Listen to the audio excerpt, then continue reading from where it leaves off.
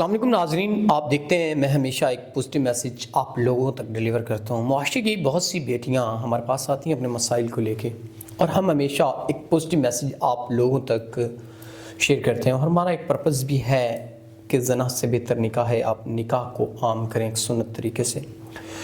تو آج معاشرے کی بیٹی میرے ساتھ موجود ہے جو کہ اپنی زندگی کے چند حقائق آپ لوگوں تک پہنچانا چاہتی ہے، اور ایک پازیٹیو میسیج ہے آپ لوگوں کے لیے، میری ان بہنوں ماؤں کے لیے جو زندگی کے ایسے معاملات میں الجھی ہوئی ہیں یا ایسے حالات ان پہ چل رہے ہیں۔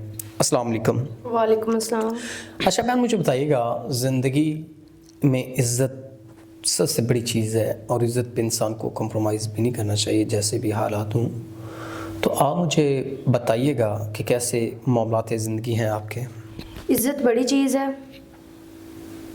اگر سمجھا جائے تو۔ جی، میں کبھی بھی اپنی عزت پر کمپرومائز نہیں کروں گی۔ میں نے خود کے ساتھ بہت غلط ہوتے دیکھا ہے۔ لوگ عزت کا تماشا بناتے ہیں، محافظ کوئی نہیں بنتا۔ میں غریب تھی تو سب نے یہ چاہا کہ ہم اس کے عزت کو نوچ لیں۔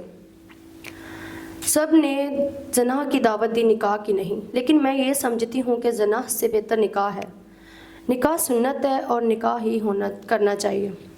ناظرین، بہن نے واضح پیغام دے دیا مشکل حالات میں، لیکن اپنے چند الفاظوں میں وہ بہت کچھ بیان کر گئیں کہ نکاح کو عام کرنا چاہیے، جو سنت طریقہ ہے، زنا کو نہیں۔ لوگ برے وقت میں، برے حالات میں آپ کو زنا کی دعوت دیتے ہیں جو کہ نہیں کرنا چاہیے۔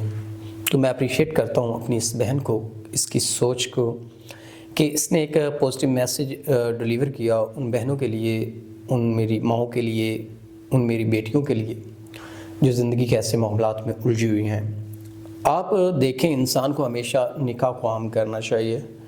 اب یہ غریب تھیں، ان کے پاس سوائے عزت کے کچھ نہیں تھا، لیکن چند ایسے لوگ جن کی سوچ کا محور بہت چھوٹا ہے، نیگیٹو سوچ کے مالک ہیں، وہ ان کو غلط کام کی طرف رجوع کرنے میں ان کے زنا کی دعوت دیتے تھے، جو کہ اسلام میں حرام ہے۔ تو ہمیں نکاح کو عام کرنا چاہیے۔ تو اسی کے ساتھ اپنے میزبان نواب احمد کو دیں اجازت۔ خدا حافظ۔